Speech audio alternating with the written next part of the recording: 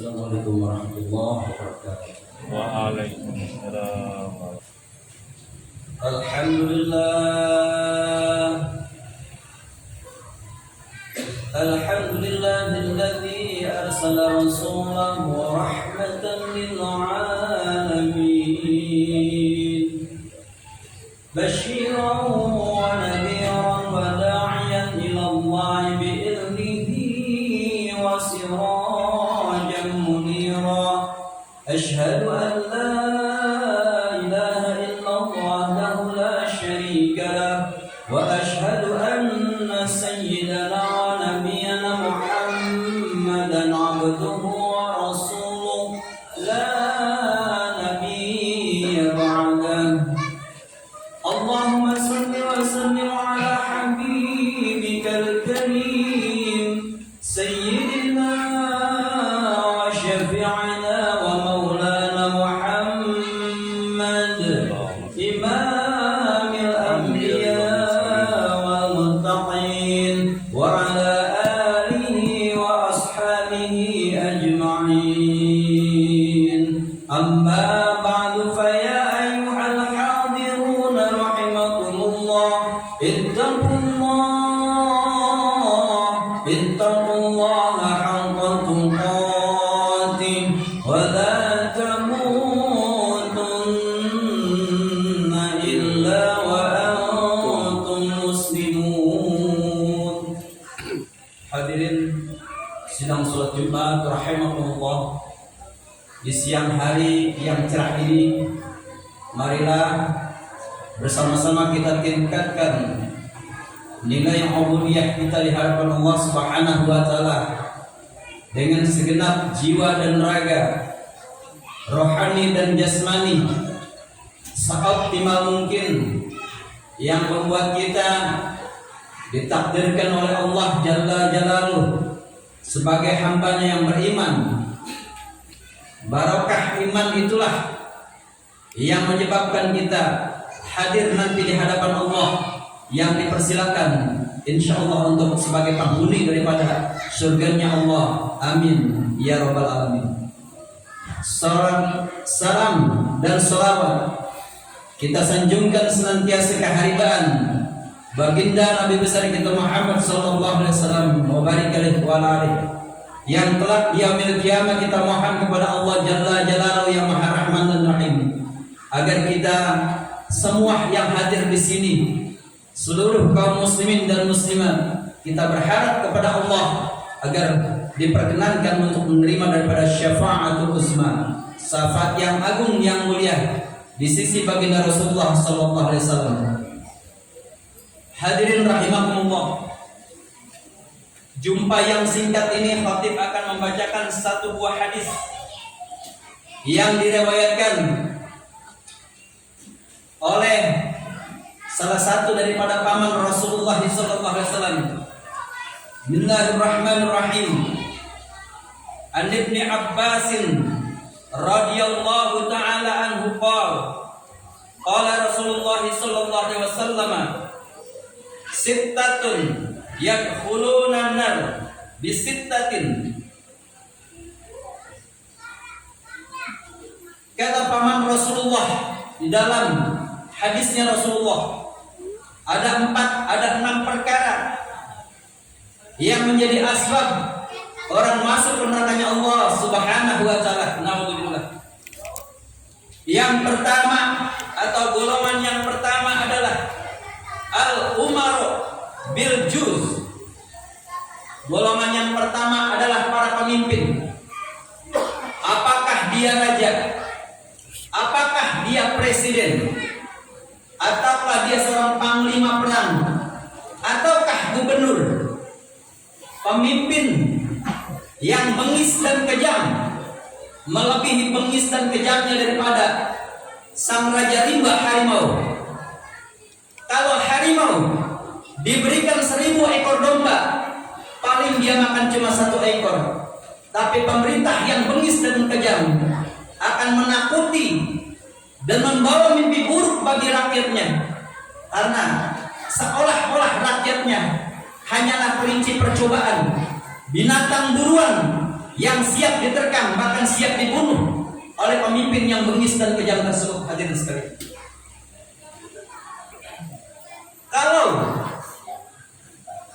kita mengupas masa lalu, sejarah masa lalu, Namrud laknatullah umpamanya, yang disingkirkan, dilongsorkan oleh Allah, dilengsarkan oleh Allah, hanya satu ekor nyamuk yang dikirim masuk ke dalam hidungnya, kemudian disuntikan racun yang dahsyat ke dalam hidung.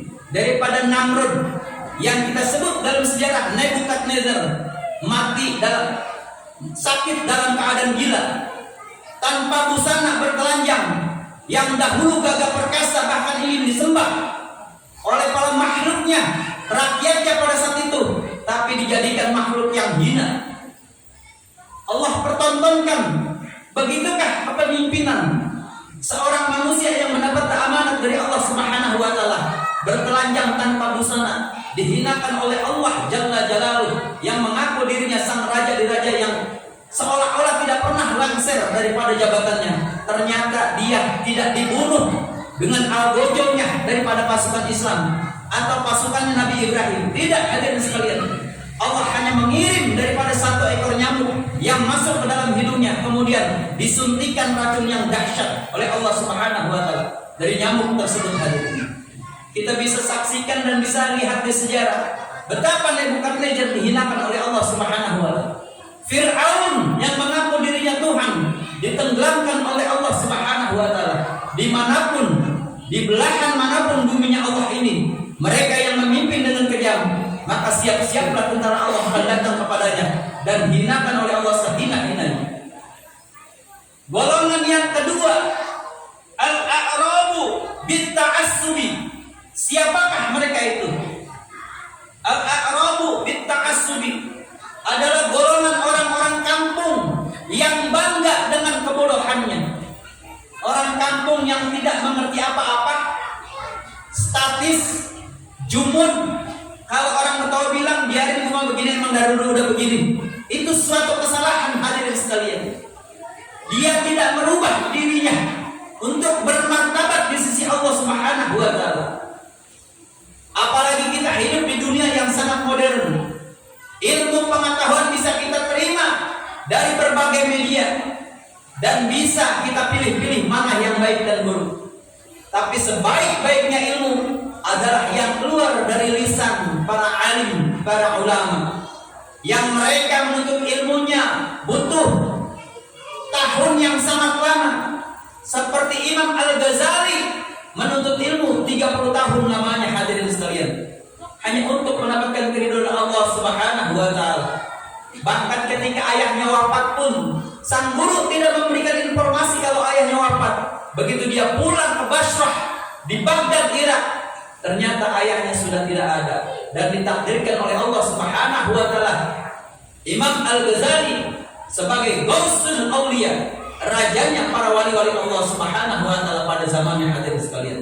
Bahkan di akhir hayat sebelum tutup usia, beliau sempat menulis satu buah kitab yang sangat agung dan mulia yang dipakai oleh para penduduk buminya Allah. Bahkan orang-orang barat menyalin tulisan beliau yang sangat dikenal, Ihya Ulumuddin. Golongan yang ketiga, wa ahlur rustaqu bil jahli.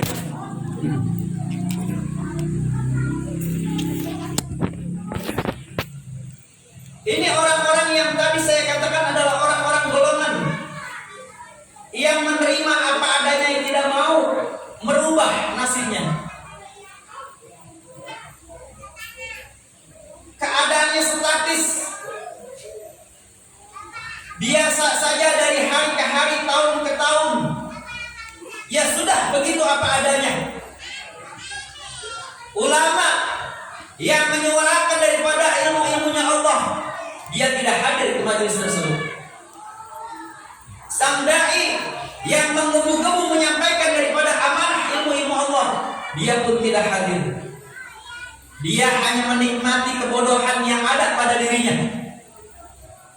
tidak merubah sedikit demi sedikit.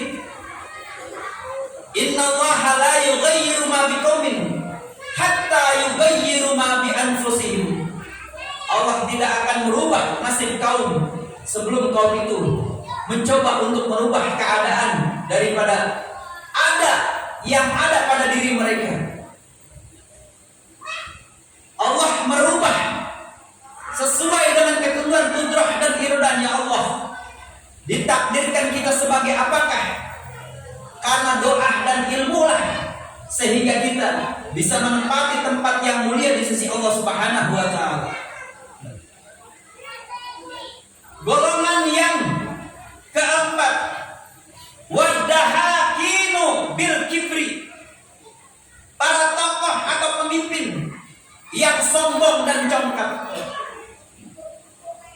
Kalau tadi yang pertama pemimpin yang sangat bengis dan kejam, kalau bagian yang keempat adalah yang menyebabkan orang bisa masuk ke jurang nerakanya Allah yang terdalam karena dia sombong ketika mendapatkan amanah.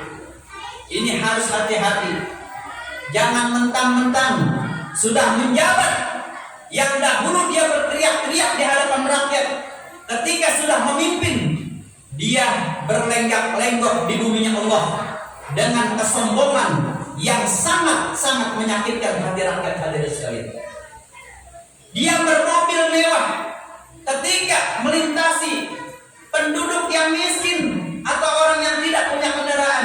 Kata orang Betawi, boro-boro mengajak untuk numpang di dalam mobil tersebut atau kendaraan yang dimilikinya. Dia malah acuh tak acuh. Ketika memiliki rizki yang hanya dihidangkan makanan yang empuk dan nikmat serta lezat adalah hanya untuk keluarganya, golongannya. Orang-orang lain seolah-olah adalah sampah di hadapannya. Amanah Allah yang begitu besar yang ditanamkan di punggungnya, di tangannya, dimakannya sendiri hanya untuk menjaga daripada keluarganya dan keluarganya serta dirinya. Ini adalah orang-orang yang menyalahi amanat dari Allah Subhanahu wa taala. Bisa jadi dia bukan hanya sombong, tapi kikir, pelit, tidak peduli dengan orang lain. Entah siapa itu, yang dia tahu hanyalah bagaimana dia bisa mengeruk harta rakyat sebanyak-banyaknya. Jangankan berbagi, menoleh saja kepada orang fuqara wal masakin, enggan untuk melakukannya. Golongan yang kelima, wattujaru bil khiyanati, para pedagang yang selalu berkhianat. Allah Subhanahu wa taala di dalam surat Al-Mutaffifin sangatlah jelas menyinggung orang-orang yang mereka sebagai pedagang di permukaan bumi Allah. Apa kata Allah? A'udzubillahi minasyaitonirrajim. Wailul lil mutaffifin. Celakalah orang-orang yang curang dalam menakar timbangan. Maksudnya adalah mengurangi daripada isi timbangan. Di ayat yang selanjutnya Allah tekankan lagi di ayat yang kedua, alladzina idza qalu 'alan nas yastawqun, yaitu orang-orang yang apabila menerima takaran dari orang lain mereka minta dicukupkan. Maksudnya begini hadirin sekalian, kalau kita berbelanja, berjual beli buah umpamanya, kita beli kepada seorang pembeli jeruk yang 1 kilo umpamanya isinya 6 buah. Tiba-tiba tangan kita nyelonong menyambar 1 buah lagi untuk menambahkan isi timbangan yang sudah pas 1 kilo 6 buah tersebut, sekilo 25.000. Tapi tangan kita nyelonong mengambil, ingin ditambahkan 1 tambahan tersebut yang membuat murka Allah kepada pedagang, pada pembeli tersebut. Hadirin sekalian, alladzina idza qalu 'alan nas yastawfun, orang-orang yang berjual beli mengharapkan keuntungan dari hasil yang telah ditimbang pas 6 buah, dia tambahkan 1 buah. Maka inilah yang 1 buah itu mengundang amarah dan murkanya Allah sehingga yang 6 buah dan keseluruhan menjadi haram dinikmati untuk dirinya ataupun keluarganya. Ini menjadi tanggung jawab seorang pembeli atas murkanya Allah Jalla Jalaluhu. Di ayat yang ketiga, wa idza kaluhum aw wazanuhum yukhsirun, dan apabila mereka menakar atau menimbang untuk orang lain atau pembeli, mereka kurangi. Di ayat yang ketiga, yang celaka adalah penjualnya. Di ayat yang kedua, itu pembelinya.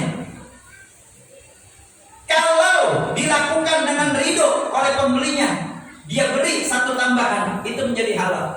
Tapi kalau tangan kita sendiri yang nyelonong mengambilnya, itu mengundang murka dan amarah Allah, sehingga semua jadi haram. Gara-gara 1 buah, semua jadi haram, hadirin sekalian. Di ayat yang ketiga, yang celaka adalah para pedagang yang mengurangi. Entah dia menakar beras, menimbang buah, atau bumbu masak berupa cabai dan bawang, walaupun 1 butir dikurangi, itu akan mengurangi, bahkan mengundang murkanya Allah Jalla Jalaluhu. Di dalam surat Al-Mutaffifin ayat 1, 2, dan 3 menjadi teguran buat kita bersama agar kita berlaku adil, seadil-adilnya. Innallaha bil adli wal ihsan. Karena semua yang kita lakukan sedang dipertontonkan daripada malaikat-malaikatnya Allah yang selalu bersama kita, tetapi mata kita tidak mampu untuk menyaksikannya. Di kanan kiri kita ada delegasinya Allah, Raqib dan Atid, yang selalu mengintai kita. Apakah kita jujur ataukah kita menang? Apa kita orang yang selalu pandai menyampaikan amanah? Apa kita seorang pengkhianat di hadapan Allah Subhanahu wa ta'ala? Golongan yang terakhir, hadirin sekalian, wal ulama'u bil hasad. Ulama-ulama yang hasad. Siapakah mereka? Yang tadi saya ucapkan, salah satu ulama kita yang mampu berdialog di hadapan Allah, Imam Al-Ghazali. Beliau katakan, sarrul ulama ma yaqtil umaro wa khairul umaro ma yaqtil ulama. Seburuk-buruknya ulama yang datang ke pemerintahan menjual ilmunya dan mendapatkan kursi empuk untuk diduduki, tapi ilmunya tarkul ilmi wa jam'ul mal. Ilmunya banyak ditaruh di pantat seolah-olah, hadirin sekalian, tidak memberikan fatwa yang baik untuk umat-umat yang masih bodoh dan bingung. Kita masih bingung dengan luasnya ilmu Allah. Tiba-tiba ada ulama yang datang pemerintahan, dia terima jabatan sehingga ilmu yang begitu banyak bergudang-gudang pada dirinya disimpan di hatinya oleh Allah Subhanahu wa ta'ala. Dia jadi pengkhianat yang sangat buruk di hadapan Allah. Dia tidak pandai memberikan fatwa, dia adalah pengkhianat. Ittaqul ulama, kata Rasulullah, takutlah kau kepada ulama. Waman huwa ya Rasulullah min ulamais su. Takutlah kalian kepada ulama. Siapa orang itu ya Rasul? Ulama usu, ulama yang jahat dan buruk. Baik perangainya, tingkah lakunya, kepribadiannya itu tidak disukai, dilaknat oleh Allah dan Rasulullah. Bahkan Rasulullah katakan, seburuk-buruk ulama adalah ulama golongan. Seburuk-buruk ulama itu ulama yang ditakuti daripada golongan Dajjal laknatullah. Jadi hadirin sekalian, Dajjal itu adalah golongan yang sangat buruk, celaka dan durjana. Tapi baginda Rasul sangat takut kalau ada di dalam kaum dan umatnya segolongan umat yang mereka matang ilmunya, mapan ilmunya, tapi dia lebih buruk dan lebih jahat daripada Dajjal. Na'udzubillah, tsumma na'udzubillah min dzalik.